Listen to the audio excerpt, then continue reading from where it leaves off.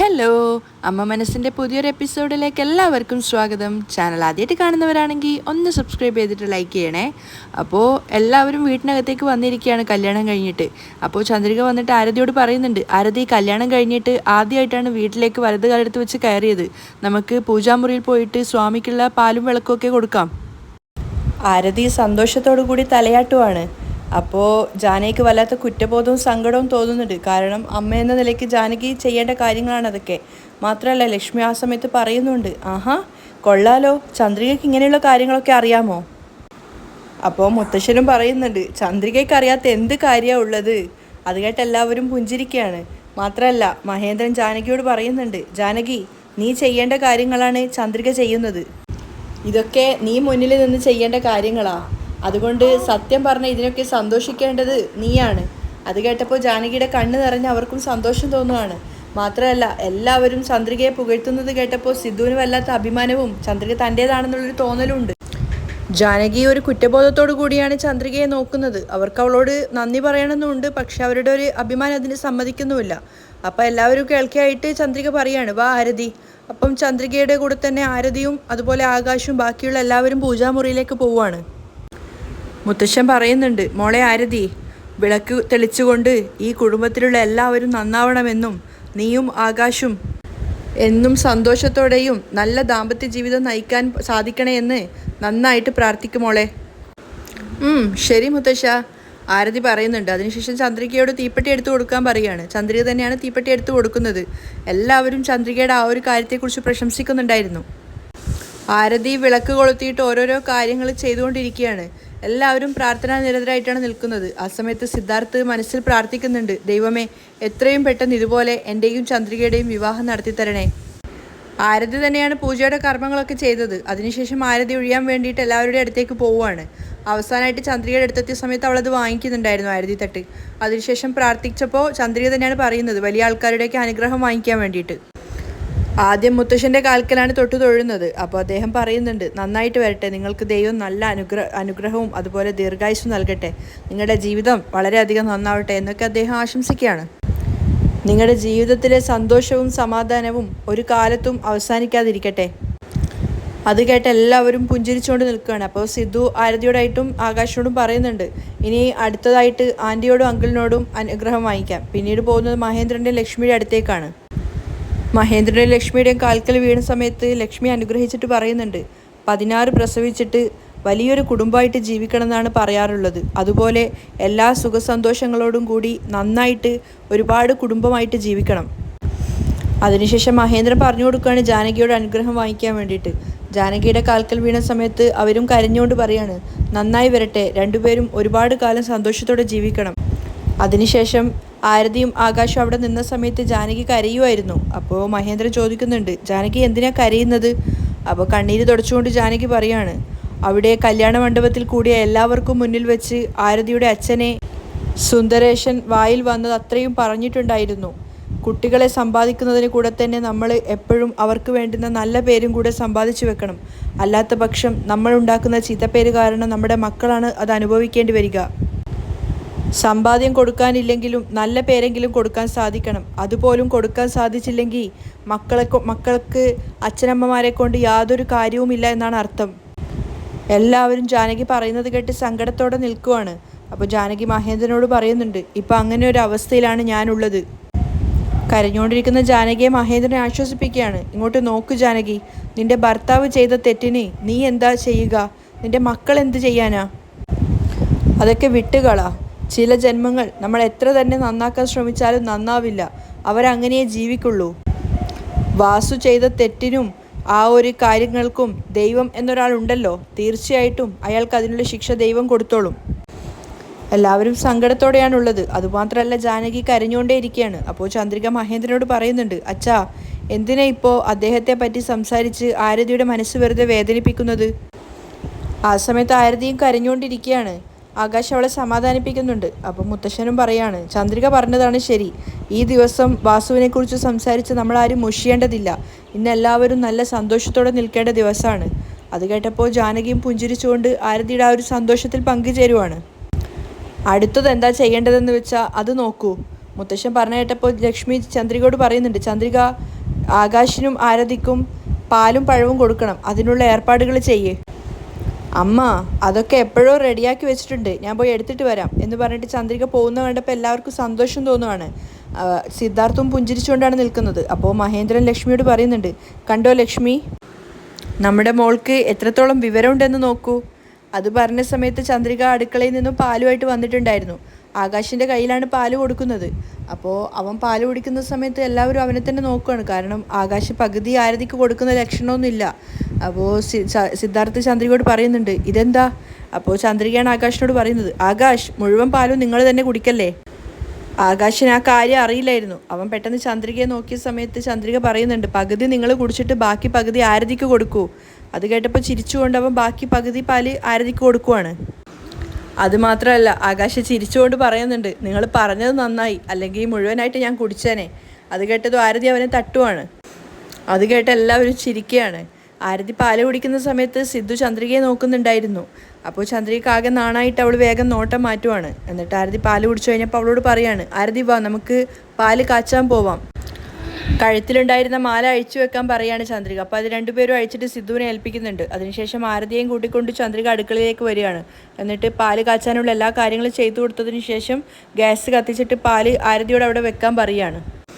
ചന്ദ്രിക പറഞ്ഞത് പ്രകാരം ആരതി ആ ഒരു പാൽപാത്രം എടുത്തിട്ട് ഗ്യാസിന് മുകളിൽ വെക്കുകയാണ്. ചന്ദ്രികയാണെങ്കിൽ ഓരോരോ കാര്യങ്ങൾ ചെയ്തുകൊണ്ടിരിക്കുകയാണ്. അത് തന്നെ നോക്കി നിന്നിട്ട് ആരതി സങ്കടത്തോടെ പറയുന്നുണ്ട്, ചന്ദ്രിക, ഞാൻ നിന്നെ എത്രത്തോളം കഷ്ടപ്പെടുത്തിയിട്ടുണ്ട്. അതെല്ലാം ഓർക്കുമ്പോൾ എനിക്ക് നിൻ്റെ മുന്നിൽ നിൽക്കാൻ തന്നെ വല്ലാത്ത നാണക്കേട് തോന്നുന്നു ചന്ദ്രിക. ആരതിയുടെ മുഖം ആകെ വാടുവാണ്. ആ സമയത്ത് ചന്ദ്രിക അവളെ ചേർത്ത് പിടിച്ചിട്ട് പറയുന്നുണ്ട്, ഏയ്, ഞാൻ പറഞ്ഞതല്ലേ, നമ്മളെല്ലാവരും ഒരു കുടുംബത്തിലുള്ള ആളുകളാണ്. കുടുംബ ബന്ധങ്ങളിൽ ഓരോരോ പ്രശ്നങ്ങൾ ഉണ്ടാകുന്ന സമയത്ത് അതിൽ വിള്ളൽ വീഴ്ത്താനല്ല നമ്മൾ ശ്രമിക്കേണ്ടത്. ആ ഓരോരോ പ്രശ്നങ്ങൾ പറഞ്ഞു തീർത്തുകൊണ്ട് നമ്മൾ ആ കുടുംബ ബന്ധത്തെ ഒന്നുകൂടി സ്ട്രോങ് ആക്കുകയാണ് വേണ്ടത്. നീയും അമ്മായിയും ഓരോരോ കാരണങ്ങൾക്ക് എന്നെ വെറുക്കുമ്പോഴൊക്കെ എനിക്ക് നിങ്ങളോടുള്ള സ്നേഹം കൂടിക്കൊണ്ടിരിക്കുകയല്ലാതെ ഒരു തവണ പോലും ദേഷ്യം തോന്നിയിട്ടില്ല. അതൊക്കെ കേട്ടപ്പോൾ ആരതിക്ക് വല്ലാത്ത സങ്കടവും കുറ്റബോധവും തോന്നുവാണ്. അപ്പോൾ ചന്ദ്രിക അവളെ ആശ്വസിപ്പിച്ചുകൊണ്ട് പറയുന്നുണ്ട്, ഇനി ഒരിക്കലും അങ്ങനെയൊന്നും വരികയുമില്ല. താങ്ക്സ് ചന്ദ്രിക എന്ന് പറഞ്ഞു തീർന്നതും ആരതി പെട്ടെന്ന് തന്നെ ചന്ദ്രികയെ കെട്ടിപ്പിടിക്കുകയാണ്. ചന്ദ്രിക ഒരിക്കലും അത് പ്രതീക്ഷിച്ചിട്ടുണ്ടായിരുന്നില്ല. അതുകൊണ്ട് തന്നെ ആദ്യം അവളൊന്ന് ഷോക്കായിട്ടുണ്ടായിരുന്നു. പിന്നീട് അവൾ ആരതിയെ ചേർത്ത് പിടിക്കുകയാണ്. അപ്പോൾ ആരതി നെഞ്ചിൽ നിന്ന് എഴുന്നേറ്റ സമയത്ത് അവൾ കരയുന്നുണ്ടായിരുന്നു. അപ്പോൾ ചന്ദ്രിക പറയുന്നുണ്ട്, കരയല്ലേ ആരതി, നീ ആഗ്രഹിച്ച ജീവിതം ആ ദൈവം തന്നെ നിനക്ക് കൊണ്ടുവന്നു തന്നു. ആ ജീവിതം സന്തോഷത്തോടെ ജീവിക്കാൻ നോക്ക്. അത് കേട്ടപ്പോൾ ആരതി ചിരിച്ചുകൊണ്ട് പറയാണ്, ശരി. അപ്പോഴേക്കും ആരതി വെച്ചിട്ടുണ്ടായിരുന്ന പാല് തിളച്ച് പൊങ്ങിയിട്ടുണ്ടായിരുന്നു. ദാ പാല് തിളച്ച് പൊങ്ങി, ചന്ദ്രിക സന്തോഷത്തോടെ പറയാണ്. അതിനുശേഷം ചന്ദ്രിക തന്നെ 6 ഗ്ലാസ് എടുത്തിട്ട് കൊണ്ടുവന്ന് കൊടുക്കുന്നുണ്ടായിരുന്നു. എന്നിട്ട് എല്ലാത്തിലും പഞ്ചസാര ഇടാൻ പറയുകയാണ്. അപ്പോൾ ആരതി അതുപോലെ പഞ്ചസാര ഇടുന്നുണ്ടായിരുന്നു. അപ്പോൾ ചന്ദ്രിക പറഞ്ഞു കൊടുക്കുന്നുണ്ട്, അച്ഛനും മുത്തശ്ശനും കുറച്ച് കുറവായിട്ട് ഇട്ടാൽ മതി. ശരി. ആരതി തന്നെയാണ് എല്ലാ ഗ്ലാസ്സിലും പാൽ ഒഴിക്കുന്നത്. വാ, എല്ലാവർക്കും കൊണ്ടു കൊടുക്കാം എന്ന് പറഞ്ഞ് ചന്ദ്രിക കൂട്ടിക്കൊണ്ട് വരികയാണ്. ആ സമയത്ത് എല്ലാവരും ഹാളിൽ ഇരിക്കുന്നുണ്ട്. അപ്പം മുത്തശ്ശൻ ആകാശിനോട് ചോദിക്കുകയാണ്, എന്താ ആകാശ്, നിനക്ക് ഈ വീടൊക്കെ ഇഷ്ടമായോ? ആ മുത്തശ്ശ, ഒരുപാട് ഇഷ്ടപ്പെട്ടു. ഇത്രയും ആളുകൾ ഒരുമിച്ച് ഒരു വീട്ടിൽ സന്തോഷത്തോടെ ഒത്തൊരുമയോടെ നിൽക്കുന്നത് കാണുമ്പോൾ വല്ലാത്ത സന്തോഷം തോന്നുവാണ്. ആരതി തന്നെയാണ് എല്ലാവർക്കും പാല് കൊണ്ട് കൊടുക്കുന്നത്. അപ്പോൾ ആകാശിൻ്റെ അടുത്തായിട്ട് അവൾ ഇരിക്കുന്ന സമയത്ത് മുത്തശ്ശൻ ചോദിക്കുന്നുണ്ട്, എന്താ ആരതി, മോൾക്ക് സന്തോഷമല്ലേ? സന്തോഷം തന്നെയാണ് മുത്തശ്ശ. കുറച്ച് സമയം എല്ലാവരും സന്തോഷത്തോടെ സംസാരിച്ചിരിക്കുകയാണ്. അതിനുശേഷം ചന്ദ്രിക അടുക്കളയിൽ നിന്നുകൊണ്ട് ഒരു കുട എടുത്തിട്ട് അതിനകത്ത് വെള്ളം നിറച്ചിട്ടാണുള്ളത്, മഞ്ഞൾ കലർന്ന വെള്ളം. എന്നിട്ട് പെട്ടെന്ന് തന്നെ അവളത് കൊണ്ടുവന്നിട്ട് അതിൻ്റെ മുകളിൽ മുല്ലപ്പൂവിൻ്റെ മാലയൊക്കെ ചുറ്റി കെട്ടുന്നുണ്ടായിരുന്നു അലങ്കരിക്കാൻ വേണ്ടിയിട്ട്. അപ്പോൾ സിദ്ധു അങ്ങോട്ട് വന്നിട്ട് ചോദിക്കുകയാണ്, എന്താ ചന്ദ്രിക ഈ ചെയ്യുന്നത്? ആകാശിനും ആരതിക്കും ഒരു മത്സരം വെക്കാൻ വേണ്ടി പോവുകയാണ്. എന്ത് മത്സരമോ? സിദ്ധുവിന് മനസ്സിലായില്ല. മത്സരമോ? എന്ത് മത്സരം? പറയാം. അതിനുശേഷം അതിനകത്ത് കുറച്ചുകൂടി മഞ്ഞൾപ്പൊടി ഇടുകയും അതിനുശേഷം കുറച്ച് റോസാപ്പൂവിൻ്റെ ഇതളുകളൊക്കെ ഇട്ടിട്ടുണ്ടായിരുന്നു. അപ്പോൾ അത് കണ്ടിട്ട് സിദ്ധു ചിരിക്കുകയാണ്. സിദ്ധു ചോദിക്കുന്നുണ്ട്, ഇത് വെച്ചിട്ട് എന്താ ചെയ്യാൻ വേണ്ടി പോകുന്നത്? ഇത്ര പൂവിട്ടാൽ മതിയോ? ശരി വാ, ഞാൻ എടുക്കണോ? വേണ്ട, ഞാൻ തന്നെ എടുത്തോളാം എന്ന് പറഞ്ഞ് ചന്ദ്രിക തന്നെയാണ് എടുക്കുന്നത്. ഹാളിലെത്തിയ സമയത്ത് എല്ലാവരും അവിടെ ഇരുന്ന് സംസാരിക്കുകയാണ്. അപ്പോൾ ആരതിയുടെ മുന്നിലുണ്ടായിരുന്ന ഒരു ടീപ്പോയി എടുത്തിട്ട് സിദ്ധു കുറച്ച് ദൂരത്തോട്ടായിട്ട് മാറ്റി വെക്കുകയാണ്. അപ്പോൾ ചന്ദ്രിക വിളിക്കുന്നുണ്ടായിരുന്നു, ആരതി, ആകാശ്, ഒന്നിങ്ങോട്ട് വാ. എല്ലാവരും ആ കാഴ്ച കാണാൻ വേണ്ടി അങ്ങോട്ട് വന്നിട്ടുണ്ടായിരുന്നു. അപ്പോൾ ലക്ഷ്മിയാണ് ചോദിക്കുന്നത്, എന്താ ചന്ദ്രിക, മോതിരം എടുക്കുന്ന മത്സരമാണോ നടത്താൻ വേണ്ടി പോകുന്നത്? അതെ അമ്മ, ചന്ദ്രിക ചിരിച്ചുകൊണ്ട് പറഞ്ഞപ്പോൾ എല്ലാവരും പൊട്ടിച്ചിരിക്കുകയാണ്. അപ്പോൾ ആരതിയും ആകാശും പരസ്പരം നോക്കി ചിരിക്കുന്നുണ്ടായിരുന്നു. അപ്പോൾ മുത്തശ്ശൻ ജാനകിയോട് പറയുന്നുണ്ട്, കണ്ടോ ജാനകി, ചന്ദ്രിക എന്തൊക്കെയാണ് ചെയ്യുന്നതെന്ന്. അത് കേട്ട സമയത്ത് ജാനകി ആകെ വിഷമത്തോടെ നിൽക്കുവാണ്, ഇത്രയും കാലം ചന്ദ്രികയെ കുറ്റപ്പെടുത്തിയതൊക്കെ ഓർത്തിട്ട്. അപ്പോൾ ആരതിയോ ആകാശും ചന്ദ്രികയെ നോക്കുവാണ്, എന്താ മത്സരം എന്ന് അറിയാൻ വേണ്ടിയിട്ട്. അപ്പോൾ ചന്ദ്രിക പറയുന്നുണ്ട്, ഈ ഒരു കുടത്തിൽ മോതിരം ഇട്ടിട്ടുണ്ട്, അപ്പോൾ ഈ മോതിരത്തിന് നിങ്ങൾ രണ്ടുപേരും തിരയുക. ആരുടെ കയ്യിലാണോ മോതിരം ആദ്യം കിട്ടുന്നത് അയാളുടെ കയ്യിലായിരിക്കും ഈ കുടുംബം എപ്പോഴും ഉയർന്നു നിൽക്കുക. അയാളായിരിക്കും ഈ കുടുംബത്തിൽ എല്ലാത്തിനും അധികാരത്തോടെ സംസാരിക്കാൻ അധികാരമുള്ള ആൾ. ഓ, സിദ്ധു പറയുന്നുണ്ട്. അപ്പോൾ മുത്തശ്ശൻ പറയാണ്, അപ്പോൾ ആരതിയാണ് മോതിരം എടുക്കുന്നതെങ്കിൽ മീനാക്ഷിയോടെ ആക്ഷി, ഇനി ആകാശാണ് എടുക്കുന്നതെങ്കിൽ സുന്ദരേശ്വരുടെ ആക്ഷി. ശരിയാണോ ഞാൻ പറഞ്ഞത് ചന്ദ്രിക എന്ന് മുത്തശ്ശൻ ചോദിച്ച് ചിരിക്കുകയാണ്. അപ്പോൾ ചന്ദ്രിക പറയുന്നുണ്ട്, ശരിയാണ് മുത്തശ്ശ. മോതിരത്തെ എടുക്കാമോ? ആരതി ആകാശിനോടൊരു മത്സരത്തിൽ റെഡിയായിക്കൊണ്ട് ചോദിക്കുകയാണ്. എടുക്കാം. ആകാശം റെഡി ആയിട്ടുണ്ടായിരുന്നു. അപ്പോൾ സിദ്ധു പറയുന്നുണ്ട്, ഞാൻ റെഡി 1 2 3 സ്റ്റാർട്ട് പറഞ്ഞതിന് ശേഷം നിങ്ങൾ രണ്ടുപേരും കൈയിട്ടാൽ മതി. ഓക്കെ. അങ്ങനെ സിദ്ധു റെഡി 1 2 3 സ്റ്റാർട്ട് എന്ന് പറഞ്ഞതിന് ശേഷമാണ് അവർ രണ്ടുപേരും കൈയിടുന്നത്. രണ്ടുപേരും മോതിരം കിട്ടാൻ വേണ്ടി മത്സരിക്കുകയാണ്. അപ്പോൾ ആരതിയാണ് മുന്നിട്ട് നിൽക്കുന്നത്. ലക്ഷ്മി പറയുന്നുണ്ട്, ആരതി നീ എടുക്ക്, എങ്ങനെയെങ്കിലും എടുക്ക്. ജാനകിയും മഹേന്ദ്രനും എല്ലാവരും ആകാംക്ഷയോടെ നിൽക്കുകയാണ്. അപ്പോൾ ആരതിയും ആകാശം ഒരുപാട് തിരഞ്ഞിട്ടും മോതിരം കിട്ടുന്നില്ല. ആരതി ചന്ദ്രികയോട് ചോദിക്കുന്നുണ്ട്, സത്യം പറ ചന്ദ്രിക, നീ മോതിരം ഇട്ടിട്ടുണ്ടോ ഇല്ലയോ? ഉണ്ട്, ചന്ദ്രിക പറയാണ്. ആരതി വിട്ടുകൊടുക്കരുത്, നീ തന്നെ ജയിക്കണം. സിദ്ധുവും ഒക്കെ ആരതിയെ തന്നെ പ്രൊമോട്ട് ചെയ്യണം. ലക്ഷ്മിയും പറഞ്ഞുകൊണ്ടേ ഇരിക്കുന്നുണ്ട്, ആരതി എങ്ങനെയെങ്കിലും എടുക്ക്, ജയിക്കണം. അവസാനം ഒരുപാട് ശ്രമിച്ചതിന് ശേഷം ആരതിക്ക് തന്നെയാണ് മോതിരം കിട്ടുന്നത്. അപ്പോൾ അവൾ മോതിരം എടുത്തിട്ട് പുറത്തേക്ക് കൈകൊണ്ടുവരികയാണ്. ഞാൻ തന്നെയാണ് മോതിരം എടുത്തത്, അവൾ ആകാശിനോട് പറയുന്നുണ്ട്. അപ്പോൾ ആകാശ് തോറ്റവൻ്റെ ചിരിച്ചിരിക്കുകയാണ്. മഹേന്ദ്രൻ പക്ഷേ ആകാശിൻ്റെ കൂടെ ആയിരുന്നു. അവന് കിട്ടാത്തതിൽ അയാൾക്കും നിരാശയുണ്ടായിരുന്നു. ജാനകിയാണെങ്കിൽ മകളുടെ ആ ഒരു സന്തോഷം കണ്ട് പുഞ്ചിരിക്കുകയാണ്. അപ്പോൾ ചന്ദ്രിക പറയുന്നുണ്ട്, അപ്പോൾ ആരതി ആകാശ് കുടുംബത്തിൽ ആരതിയുടെ ആക്ഷിതാണ്. ആരതിയുടെ കൈയാണ് നിങ്ങളുടെ കുടുംബത്തിൽ എപ്പോഴും മുന്നിട്ട് നിൽക്കുക. അത് കേട്ട ആകാശും സന്തോഷത്തോടെ പുഞ്ചിരിക്കുകയാണ്. അപ്പോൾ ചന്ദ്രിക പറഞ്ഞു കൊടുക്കുന്നുണ്ട്, ആകാശ് ആ മോതിരം വാങ്ങിയിട്ട് ആരതിയുടെ കൈവിരലിൽ അണിഞ്ഞു കൊടുക്കൂ. ചന്ദ്രിക പറഞ്ഞത് കേട്ടിട്ട് ആകാശ് ആ മോതിരം വാങ്ങിയിട്ട് ആരതിയുടെ കൈവിരലിൽ അണിയാൻ ശ്രമിക്കുകയാണ്. ആ സമയത്ത് അവൾ പ്രണയത്തോടു കൂടി അവളെ നോക്കുന്നുണ്ടായിരുന്നു. അതുകൊണ്ട് സിദ്ധുവും ചന്ദ്രികയെ പ്രണയത്തോടു കൂടി നോക്കുവാണ്. അങ്ങനെ അവരെല്ലാവരും ഹാപ്പി ആയിട്ട് നിൽക്കുകയാണ്. ആകാശ് മോതിരം അണിഞ്ഞ സമയത്ത് എല്ലാവരും കൈമുട്ടിയിട്ട് അവനെ പ്രോത്സാഹിപ്പിക്കുകയാണ്. പെട്ടെന്നാണ് അങ്ങോട്ടേക്ക് ആകാശിൻ്റെ അച്ഛനും അമ്മയും വരുന്നുണ്ടായിരുന്നത്. അവർ പുറത്തു നിന്ന് തന്നെ ഇവരുടെ ഈ ഒരു സന്തോഷമൊക്കെ കാണുന്ന സമയത്ത് ആകാശിൻ്റെ അച്ഛൻ ദേഷ്യത്തോടെ അവൻ്റെ അമ്മയെ നോക്കുവാണ്. അച്ഛനെയും അമ്മയും കണ്ടപ്പോൾ ആകാശ് വേഗം അങ്ങോട്ടേക്ക് പോകുന്നുണ്ട്. അച്ഛാ, എല്ലാവരും ആകെ ടെൻഷനോടെ നിൽക്കുന്ന സമയത്ത് ആകാശിൻ്റെ അച്ഛൻ പറയാണ്, എല്ലടാ, ഞങ്ങളെ എല്ലാവരെയും അപമാനിച്ച് നാണം കെടുത്തിയിട്ട് നിങ്ങളെല്ലാവരും ഇവിടെ സന്തോഷത്തോടെ ചിരിച്ചു നിൽക്കുകയാണോ? എല്ലാവരുടെയും സന്തോഷം നിറഞ്ഞ ആ ഒരു മുഖം മാറുവാണ്. അപ്പോൾ അവൻ്റെ അച്ഛൻ എല്ലാവരോടായിട്ട് പറയുന്നുണ്ട്, മനസ്സ് നേറി പറയാണ്, നിങ്ങൾ ആരും നന്നായിരിക്കില്ല. അത് കേട്ട് എല്ലാവരും ഞെട്ടി നിൽക്കുകയാണ്. അപ്പോൾ അയാൾ എല്ലാവരോടായിട്ട് പറയുന്നുണ്ട്, ഇത്രയും വർഷം എൻ്റെ മാറിലും തോളിലുമായിട്ട് ഞാൻ നോക്കി വളർത്തിയ എൻ്റെ മകനെ എൻ്റെ അടുത്ത് നിന്ന് നിങ്ങളെല്ലാവരും പിരിച്ചെടുത്തുകൊണ്ട് പോയല്ലേ? അപ്പോൾ എല്ലാവരും സങ്കടത്തോടെ നിൽക്കുകയാണ്. കാരണം അയാൾ പറയുന്നതിൽ വേറൊരു അർത്ഥത്തിൽ ന്യായം ഉണ്ടായിരുന്നു. അപ്പോൾ ആകാശ് വിളിക്കുന്നുണ്ട്, അച്ഛാ. അപ്പോൾ അയാൾ ദേഷ്യത്തോടെ പറയാണ്, വിശ്വാസവഞ്ചക, അച്ഛ ഒന്ന് വിളിക്കലടാ, മുന്നേ കാണുമ്പോഴേ എനിക്ക് വെറുപ്പാവുകയാണ്. ആരും ഒരു അക്ഷരം മിണ്ടുന്നില്ല. അപ്പോൾ ആകാശ് പറയുന്നുണ്ട്, സോറി അച്ഛാ. അമ്മ സോറി അമ്മ. അപ്പോൾ അയാൾ പറയാണ്, നീ 1000 വട്ടം സോറി ചോദിച്ചാലും ഞാൻ നിനക്ക് മാപ്പ് തരില്ലടാ. നിനക്ക് മാപ്പ് തരണമെങ്കിൽ ഞാൻ പറയുന്നത് പോലെ നീ അനുസരിക്കണം. എല്ലാവരും അതെന്താണെന്ന് അറിയാൻ വേണ്ടി നിൽക്കുന്ന സമയത്ത് ആകാശിൻ്റെ അച്ഛൻ പറയാണ്, നീ ഇപ്പം തന്നെ ഞങ്ങളുടെ കൂടെ വാ. അത് കേട്ട് ആകാശും ബാക്കിയുള്ള എല്ലാവരും ഞെട്ടിയിട്ടുണ്ടായിരുന്നു. ഏറ്റവും കൂടുതൽ പേടി ആരതിക്കായിരുന്നു. ആ സമയത്ത് ആകാശ് അച്ഛനോട് പറയുന്നുണ്ട്, അച്ഛാ ഞാൻ വരാം അച്ഛാ, പക്ഷേ ആരതിയും കൂട്ടിക്കൊണ്ട് വരാം. ആരതിയെ ഞാൻ എൻ്റെ മരുമകളായിട്ട് ഒരിക്കലും കണക്കാക്കില്ല. എല്ലാവരും വിഷമത്തോടെ നിന്നപ്പോൾ അയാൾ അഹങ്കാരത്തോടെ പറയുന്നുണ്ട്, ഇന്ന് നടന്നതൊരു കല്യാണമാണോടാ? കണ്ട ആളുകളെയൊക്കെ കൂട്ടിക്കൊണ്ട് വന്നിട്ട് താലി കെട്ടിച്ച് വെച്ച് കല്യാണമാവോ? എൻ്റെ മരണം വരെ ഇന്ന് നടന്ന നിൻ്റെ കല്യാണം ഞാൻ സ്വീകരിക്കില്ലടാ. അത് കേട്ട് എല്ലാവരും വിഷമത്തോടെ നിൽക്കുവാണ്. അപ്പോൾ അയാൾ വീണ്ടും പറയുന്നുണ്ട്, നിനക്ക് നിൻ്റെ അച്ഛനെയും അമ്മയും വേണമെന്നുണ്ടെങ്കിൽ ഇന്ന് നടന്ന ഈ കല്യാണം ഇവിടെ ഒഴിവാക്കിയിട്ട് ഞങ്ങളുടെ കൂടെ വാ. ആകാശ് ഉൾപ്പെടെ എല്ലാവരും ഷോക്കായിട്ട് നിൽക്കുകയാണ്. ആകാശിന് എന്താ മറുപടി പറയേണ്ടതെന്ന് പോലും അറിയില്ല. അപ്പോൾ അയാൾ വീണ്ടും പറയുന്നുണ്ട്, ഇനി അതല്ലെങ്കിൽ ഞങ്ങൾ മരിച്ചാൽ പോലും ഞങ്ങളുടെ ശവം കാണാൻ പോലും നീ വരാൻ പാടില്ല. ഇയാളെന്താ ഇത്രയും നികൃഷ്ടമായി സംസാരിക്കുന്നതെന്ന് എല്ലാവർക്കും അതിശയാവുകയാണ്.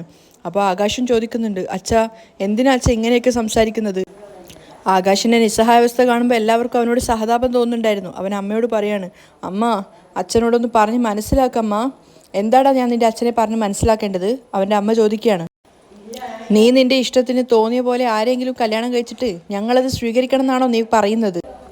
ആകാശ് വല്ലാത്ത വിഷമഘട്ടത്തിലാണ് ഉണ്ടായിരുന്നത്. അപ്പോൾ അയാൾ പറയുന്നുണ്ട്, ഇനി പറയുന്നതിൽ കാര്യമില്ല, അവസാനമായിട്ട് പറയുകയാണ്, നിനക്ക് ഞങ്ങളെ വേണമെന്നുണ്ടെങ്കിൽ ഇവളുടെ കഴുത്തിൽ അണിഞ്ഞ താലി വലിച്ചെറിഞ്ഞിട്ട് ഞങ്ങളുടെ കൂടെ വാ. താലി കെട്ടിയതിന് തൊട്ടു പിന്നാലെ അയാൾ പറഞ്ഞ ആ ഒരു വർത്താനം എല്ലാവരും വേദനിപ്പിക്കുന്നതായിരുന്നു. എല്ലാവരും വിഷമിച്ച് നിൽക്കുകയാണ്. അപ്പോൾ മുത്തശ്ശൻ ചോദിക്കുന്നുണ്ട്, ഏയ് എന്താ നിങ്ങൾ ഈ പറയുന്നത്? ജാനകിയും സങ്കടത്തോടെയാണ് നിൽക്കുന്നത്. അപ്പോൾ അദ്ദേഹം പറയുന്നുണ്ട്, എൻ്റെ കൊച്ചുമോളുടെ താലി അറക്കാൻ വന്നതാണോ നിങ്ങൾ? ആ എങ്കിൽ പിന്നെ എൻ്റെ കൊച്ചുമോളുടെ താലി നിങ്ങളൊന്ന് മാറ്റ്, ഞാനൊന്ന് കാണട്ടെ. എവിടെ വന്ന് എന്താ പറയുന്നത്? നിങ്ങൾ വേണമെങ്കിൽ സംഭവിച്ച കല്യാണത്തെ സ്വീകരിച്ചിട്ടില്ലായിരിക്കാം, പക്ഷേ ഞങ്ങൾ ഈ കല്യാണം അംഗീകരിച്ചതാണ്. അതുകൊണ്ട് സംസാരിക്കുന്നത് ശ്രദ്ധയോടെ സംസാരിക്കുക, അതാണ് നിനക്ക് നല്ലത്. അപ്പോൾ അയാളും ദേഷ്യത്തോടെയാണ് തിരിച്ച് മറുപടി പറയുന്നത്, ഇങ്ങോട്ട് നോക്ക്, ഞാൻ നിങ്ങളോട് സംസാരിക്കാൻ വന്നതല്ല, ഞാൻ എൻ്റെ മകനോട് സംസാരിക്കാൻ വന്നതാ. ആകാശ്, ഞാൻ വീണ്ടും പറയാണ്, ഇവളുടെ കഴുത്തിൽ നീ അണിഞ്ഞ താലി അറുത്തു മാറ്റിയിട്ട് ഞങ്ങളുടെ കൂടെ വരുന്നുണ്ടോ ഇല്ലയോ? ആകാശ് വിഷമത്തോടെ ആരതിയെ തിരിഞ്ഞു നോക്കുവാണ്. ജാനകിയും കരയുന്നുണ്ടായിരുന്നു, ആരതിയും കരയുവാണ്. അപ്പോൾ ദേഷ്യത്തോടെ ചന്ദ്രിക പറയുന്നുണ്ട്, താലി കെട്ടിയിട്ട് കയ്യിലണിഞ്ഞ മഞ്ഞൾ പോലും ഇതുവരെ മാറിയിട്ടില്ല. അതിനിടെ കയറി വന്നിട്ട് താലി അറുത്തു മാറ്റിയിട്ട് മകനെ കൂട്ടിക്കൊണ്ടു പോകാൻ വന്നതാണോ? നിങ്ങളൊക്കെ ഒരു വലിയ മനുഷ്യനാണോ? നിങ്ങളും കല്യാണം കഴിച്ചതല്ലേ? നിങ്ങൾക്കൊരു ഭാര്യയില്ലേ? കുറച്ചെങ്കിലും സംസ്കാരത്തോടു കൂടി സംസാരിക്കൂ. താലി എന്ന് വെച്ച് കഴിഞ്ഞാൽ വെറും ഒരു കയറാണെന്നാണോ നിങ്ങൾ കരുതിയത്? അത് അറുത്തു മാറ്റാൻ വേണ്ടി? അത് ഭാര്യയുടെയും ഭർത്താവിൻ്റെയും ഇടയിലുള്ള ജീവിതകാലം മുഴുവനുള്ള ആ ഒരു ബന്ധമാണ്. അത് നിങ്ങൾ പറയുന്നത് പോലെ അത്ര പെട്ടെന്നൊന്നും അറുത്തു മാറ്റാൻ സാധിക്കുന്നതല്ല. ആരതിയെ ആകാശിനെ സ്വീകരിക്കാനാണ് നിങ്ങൾ വന്നതെങ്കിൽ നിങ്ങൾ ഇവിടെ നിന്നോ, അതല്ലെങ്കിൽ ഇവിടെ നിന്ന് ഇറങ്ങിപ്പോയിക്കോ. ചന്ദ്രിക മുഖത്തടിക്കുന്നത് പോലെ അവരോട് ഇറങ്ങിപ്പോവാൻ പറയുകയാണ്. അത് കേട്ട സമയത്ത് അയാൾ ദേഷ്യത്തോടെ ചന്ദ്രികയെ നോക്കുന്നുണ്ട്. അയാൾ പറഞ്ഞ സംസാരത്തിന് എല്ലാവരും വിഷമത്തോടെയാണ് നിൽക്കുന്നത്. ചന്ദ്രിക ഉൾപ്പെടെ ആകാശവും ആരതിയും എല്ലാവരും. അവിടെയാണ് ഇന്നത്തെ എപ്പിസോഡ് വൈൻഡപ്പ് ചെയ്യുന്നത്.